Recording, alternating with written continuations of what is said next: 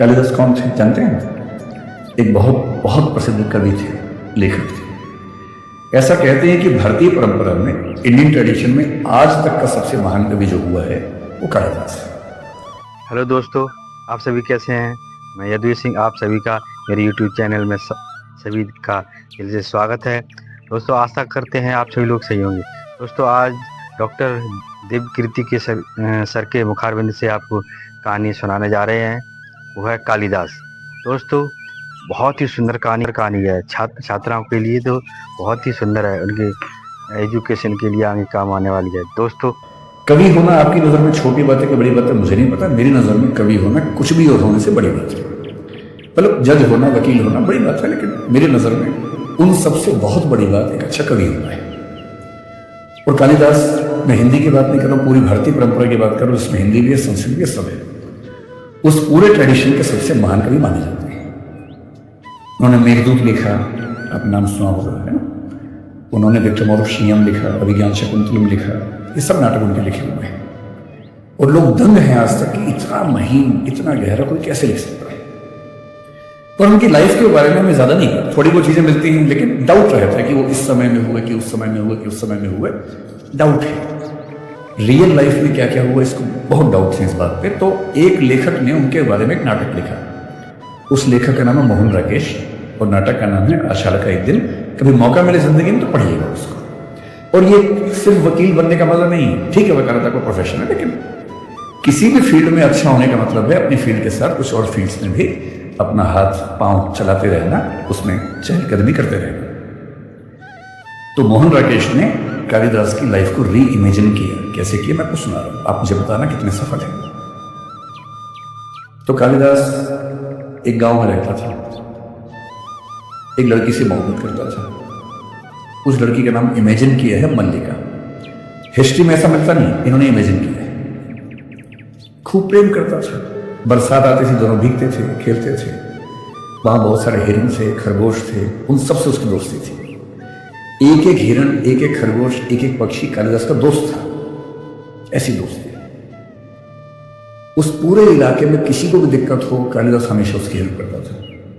इतना जिंदा दिल आदमी था, प्रेम करता ही था, कविताएं भी लिखता था। और उसको इतना सुकून था अपनी जिंदगी में कि उससे ज्यादा उसको चाहिए नहीं था कुछ। बस एक दिक्कत थी कि उसे गांव के लोग, उसके पेरेंट्स तो थे नहीं, उसके मामा थे, और मामा उसको बहुत धिक्कारते थे कि यार पेड़ हो गया, इतना बड़ा हो गया, कुछ कमाया कर रहा है, खाली यहाँ घूमते रहते हो, घास चलाते रहते हो, कोई पशुओं को ले, यार कुछ काम हम करो, कमाओ पैसा, बाहर जाओ, परिवार की इज्जत बढ़ाओ। कालिदास को लगता था, मल्लिका को भी सब ठीक तो है जिंदगी में, क्यों हमें इसके अलावा कुछ और चाहिए। खैर, एक दिन क्या हुआ, राजा के दरबार से उज्जैन जिसको असल में बोलते हैं ना, राजधानी थी गुप्त साम्राज्य की। अचानक वहां से एक दूत आया। इसको पता नहीं कि वो दूत है। इन दोनों का झगड़ा हो गया। झगड़ा किस बात पे हुआ कि दूत ने आते एक हिरण को तीर मारा, और कालिदास को पता लगा। उसने हिरण को बचाया, उसकी सेवा की, गोदी में लेकर उसको जा रहा था कि अचानक उस सैनिक बोला, जो दूत था, उसने कहा कि मेरी संपत्ति है, छोड़ दो इसको। उसने कहा मैं अपनी जान दे दूंगा, इसको नहीं दूंगा। और अगर तुम्हें युद्ध करना तो युद्ध कर लो, तुम्हारी जान जा सकती है, लेकिन इसकी जान हम बचाएंगे। और तब पता लगा कि वो जो दूत आया था वो कालिदास को ले जाने के लिए आया था, क्योंकि राजा ने उसको ऑफर दिया कि आप राजकवि बनो। अब कालिदास बड़ा कंफ्यूजन में था कि मैं यहां से चला जाऊंगा तो बचेगा क्या मेरे पास। भाई मेरी मोहब्बत यहाँ है, परिवार यहाँ है, समाज यहाँ है, पशु पक्षी जो मेरे परिवार का हिस्सा है वो यहाँ है, मैं इतना खुश रहता हूं यहाँ, तो बड़े शहर में जाके क्या करूंगा। तो उसकी प्रेमिका ने समझाया कि देखो यहां तुम्हें सम्मान नहीं मिलता है, कोई तुम्हें पूछता नहीं, सब बेइज्जती करते हैं। वहां जाओगे सम्मान मिलेगा, राजकवि हो भाई, समझ लो कि सेक्रेटरी रैंक के अधिकारी हो, इतने बड़े अधिकारी बन जाओगे, कितना सम्मान होगा, लोग सलाम ठोकेंगे तुम्हें, आगे पीछे घूमेंगे, खूब पैसा होगा, हर चीज तुम्हारे पास होगी, जरूर जाओ तुम। तो वो चला गया। राजकवि बहुत बड़ी बात होती है, कल्चरल मिनिस्टर समझ लीजिए कुछ ऐसा। हर तरह की शाना शौकत उसको मिल गई, खूब सम्मान। और उसने वहां रह कई महाकाव्य लिखे, बड़ी बड़ी रचनाएं लिखी। लेकिन धीरे धीरे उसको लगा कि वो अंदर से सूखता जा रहा है। उसकी प्रेमिका वहां नहीं थी, मल्लिका, किससे बात करें? और बड़े शहर में राजनीति के बीच में जब आप होते हैं तो हर व्यक्ति आपसे कंपटीशन की निगाह से बात करता है। जैसे आप ही सब दोस्त हैं, दोस्त भी हैं, दुश्मन भी है, साथ साथ कंपटीशन भी है, आगे ना निकल जाए मुझसे। और दोस्त सफल हो अच्छा लगता है, पर आगे निकल जाए तो नहीं झेला जाता है। और जो व्यक्ति 24 घंटे राजनीति के कॉम्पिटिशन्स में रहेगा उसकी मानसिक हालत क्या होगी? हर समय सफल होने की जिम्मेदारी, चिंता, और धीरे धीरे उसको लगने लगा कि परेशान हो गया। लेकिन सत्ता की भूख भी थी। गांव के लोग कहने लग गए थे कि वाह, बच्चा हो तो वैसा, हमारे गांव का नाम बढ़ा दिया, इसने कमाल कर दिया। ये सम्मान भी अच्छा लगता है। अंदर से वो सूखता जा रहा है, प्रेम नहीं है, ना कोई दोस्त है। और इतने में राजा ने उसका ऑफर दिया। राजा ने कहा कि कालिदास, तुम राजकवि हो, मैं सोच रहा हूं कि तुमको राजा बना दूं। राजा बनोगे, कश्मीर का शासन संभाल सकते हो, कश्मीर मेरे पास अभी है पूरा, वहां के राजा बन जाओ। अब ये आदमी अंदर से टूटा हुआ है, इसको लगता है कि मैं वापस अपने गांव चला जाऊं, कहां फंस गया हूं। और लालच ऐसा मिल गया है कि राजा, भाई राजकवि तो फिर भी राजा का कवि है, राजा राजा है। बहुत दुविधा में रहा और अंत में उसने हाँ बोल दिया। तो राजा ने कहा बस एक कंडीशन है, मेरी बेटी से शादी करनी होगी। बेटी का नाम था प्रियंगु मंजरी, जो इतिहास में विद्योत्तमा मिलता है, उस नाटक में प्रियंगु मंजरी नाम है। बहुत दुविधा कि मैं प्रियंगु मल्लिका से करता हूं, पर राजा बनने की ऐसी ललक कि उसने अंत में हाँ बोल दिया। प्रियंगु मंजरी से शादी हो गई और दहेज में मिल गया कश्मीर कि जाओ राजा बन जाओ। चला गया राजा बनने के लिए। अब जो आदमी कवि होता है ना, उसके बस की बात आमतौर पर है नहीं कि वो राजा बने, बहुत मुश्किल होता है। कवि इमोशनल व्यक्ति होता है, भावनाओं वाला आदमी। राजा को कितने सारे षड्यंत्र करने हैं, साजिशें करनी है, युद्ध करने हैं, हत्याएं करनी है। एक कवि वाले मन का आदमी हत्याएं जब करेगा तो कैसे करेगा? और ये आदमी वहां गया, दिन भर राज दरबार में बैठता था। सारे मंत्री वही बकवास करते थे कि सर उस पर हमला कर दे, सर उसको हिंसा कर दे, उसको मार दे, उसका ये कर दे। और ये कह रहे शांति से रहना यार, क्यों ऐसा करते हो? वो कह रहे सर आप समझ नहीं पा रहे, राजा होने का मतलब क्या होता है, युद्ध करने पड़ते हैं, साम्राज्य बढ़ाना पड़ता है। और दिन भर इन सब की बकवास सुनने के बाद जब घर आता था तो घर में पत्नी कम मिलती थी, राजा की बेटी ज्यादा मिलती थी। और वो राजा की बेटी भी हिसाब किताब वाले अंदाज में बात करती थी कि मेरे पापा ने तुमको दिया है राज, ध्यान रखना, शिकायत कर दूंगी, ठीक से काम करो, आगे बढ़ाओ साम्राज्य को। और जो आदमी अपने ऑफिस जाके भी दुखी रहता हो, घर आके भी दुखी रहता हो, और दुनिया क्या बोल रही है, हमारे गांव का बच्चा कश्मीर का राजा बन गया है। और धीरे धीरे इसके अंदर एक शब्द है एलियनेशन, पता नहीं आप समझते कि नहीं समझते हैं, सोशियोलॉजी साइकोलॉजी में बहुत कॉमन टर्म है। इसका बेसिक मतलब है जब कोई व्यक्ति अपने आप से कट जाता हो, अपने आप से दूर हो जाता हो, अपने आप से अजनबी हो जाता हो, इसको एलियनेशन कहते हैं। और बहुत सारे फिलोसफर्स ने इसकी अलग अलग इंटरप्रिटेशंस की है। बेसिक मतलब है कोई बच्चा बहुत हंसता था, 10 साल बाद मिले, अब हंसता नहीं है, बहुत सफल है, नामी वकील है, एक पेशी के लिए 2 लाख रुपए लेता है, पर हंसना भूल गया है, कविताएं करना भूल गया है।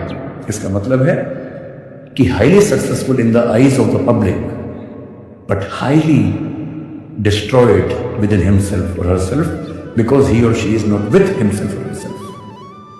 दुनिया के साथ है, अपने साथ नहीं। और कालिदास जब उसके चरम पे पहुंचा वो बर्बाद हो गया। और एक दिन जनता ने विद्रोह कर दिया।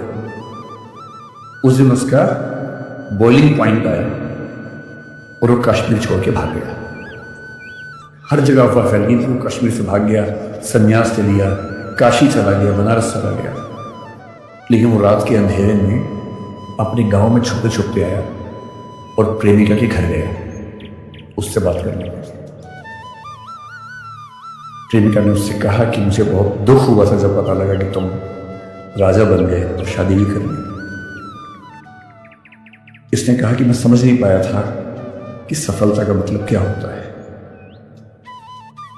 आज समझ में आया कि वो सब मुझे नहीं चाहिए था जिसके पीछे भागता रहा, और आज भाग के आया। शुरू से अपनी जिंदगी जीना चाहता हूं वहीं से जहां से छूटी थी। और ठीक तभी मल्लिका की छोटी सी बच्ची के रोने की आवाज आ गई,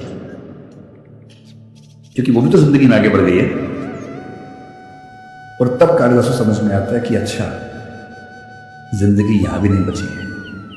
क्योंकि आप माई का लाल नहीं हो ना कि आपके हिसाब से वेट करते रहेंगे कि आप अपनी जिंदगी जी रहे हो, सारे एक्सपेरिमेंट्स करने, बाकी लोग भी तो करेंगे जिंदगी में एक्सपेरिमेंट, राइट।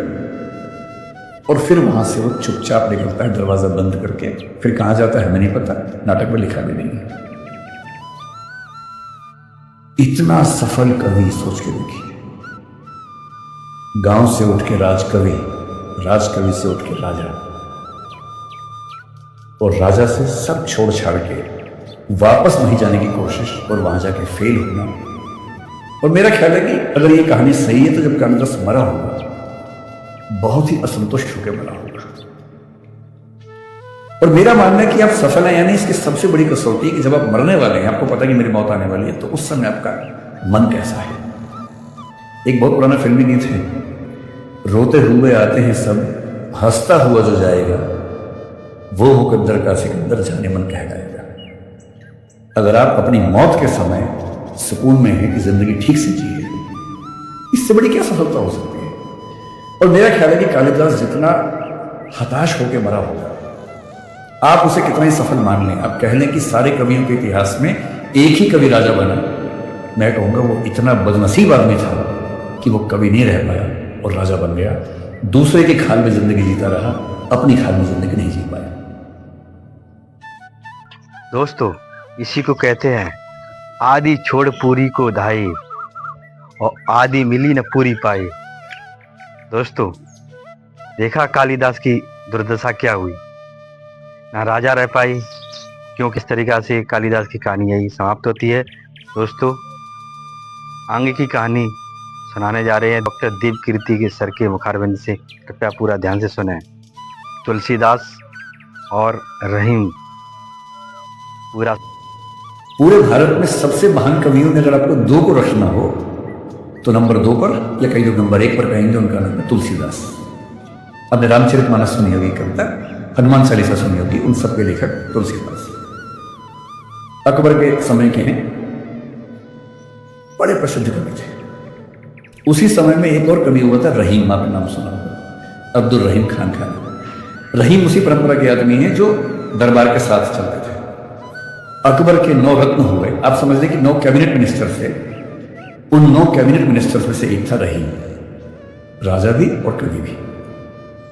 तुलसीदास अपना एकदम गांव में रहने वाले आदमी, अकेले रहने वाले, शांति से लिखना पढ़ना, मंदिर जाना, वैसे कवि थे। तुलसीदास बीमार हैं, रहीम को पता लगा। रहीम के मन में गिल्ट फीलिंग भी है कि उन्होंने तुलसीदास को गिरफ्तार करवाया था, उन्होंने मतलब अकबर की सेना ने गिरफ्तार किया था। इनको गिल्ट फीलिंग है कि इतने महान कवि को उन्हें गिरफ्तार कैसे कर लिया। तो इन्होंने अपने कुछ लोगों को भेजा तुलसी के पास। वो बोले कि हुजूर, रहीम जी ने भिजवाया है हमें, आपकी तबीयत खराब है, मिजाज कुर्सी के लिए भेजा है, आपका हालचाल जानना चाहते हैं, अगर आप अनुमति दें तो रहीम भी आपसे मिलने के लिए आना चाहते हैं। तुलसी ने कहा, हाँ, हमारा तो गरीब का झोंपड़ा है, कोई भी आ सकता है, इसमें क्या दिक्कत है। रहीम आना चाहे तो रहीम भी आए, कोई भी आए। तो रहीम उनके घर आए। रहीम को मोटा मोटा समझ लीजिए कि जैसे उत्तर प्रदेश जैसे बड़े राज्य का मुख्यमंत्री, इस लेवल का आदमी, सूबेदार। सूबा मतलब पास का प्रदेश। रहीम पहुंचे उनके घर, पूरी सेना, बहुत सारे घोड़े, हाथी, सब पूरा शहर इकट्ठा हो गया, क्या होने वाला है। और तब रहीम अंदर पहुंचे। इनके पास तो बैठने को था ही नहीं, ना सोफा था ना कुछ था, चटाई बिछी हुई थी, ये बैठे हुए थे, वो भी चटाई पे बैठ गए। बातें होने लगी साहित्य के बारे में। रहीम ने कहा, आपका साहित्य पढ़ता हूँ, बहुत गदगद होता हूँ, मन करता है आपसे मिलकर आपको कहूँ कि आप इतने महान है, पर हिम्मत कभी नहीं पड़ती। सोचिए, जिसके पास लाखों की सेना है उसकी हिम्मत नहीं पड़ रही, और ये कह रहे नहीं, मुझसे मिलने जब मन करे आ जाओ, हिम्मत ही जरूरत है, हम तो एक ही राह के पथिक हैं, मिल सकते हैं। और तब रहीम अंतर क्या बोल रहे हैं कि अगर आप बुरा ना माने तो एक बात कह लीजिए। तुलसी बोले, कहिए, बुरा क्या मानना है, आप मित्र हैं, कहिए जो कहना कहिए। कि मेरी इच्छा थी कि अकबर से बात करूं और अकबर भी आपका सम्मान करते हैं।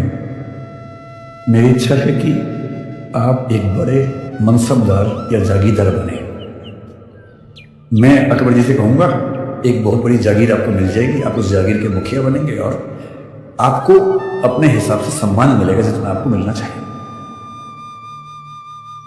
तुलसीदास 3, 4, 5 सेकंड चुप रहे और उसके बाद एक दोहा सुनाया उनको। अब बताना समझ में आया कि नहीं आया। दोहा ये था, हम चाकर रघुबीर के पट्टियों लिखो दरबार, तुलसी अब का हो हिंगे नर के मन समदार। समझ में नहीं आया आपको, मैं समझा देता हूं। इसका मतलब है हम चाकर रघुवीर के, रघुवीर मतलब राम, हम तो राम के नौकर हैं, राम के चाकर हैं।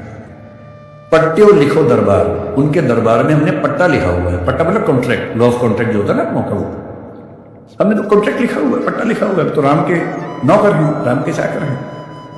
तुलसी अब का होंगे, तुलसी खुद को बोल रही अब हम क्या बनेंगे, नर के मनसबदार, किसी आदमी के मनसबदार क्या बनेंगे, हम तो भगवान के नौकर हैं। और भगवान का नौकर किसी इंसान का बनेगा जागीरदार, मनसबदार। ये प्रमोशन है कि डिमोशन है? तो डिमोशन है।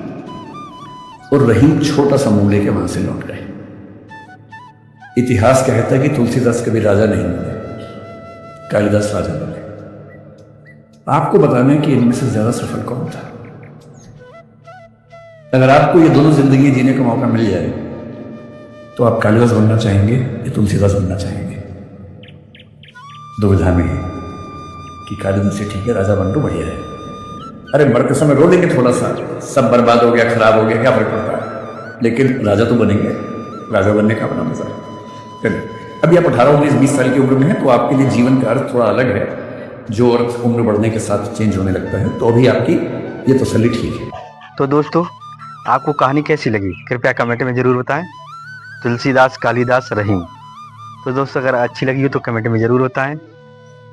और अगली कहानी कौन सी सुनना चाहते हैं कमेंट में भी वो भी बताएं, वही आपके लिए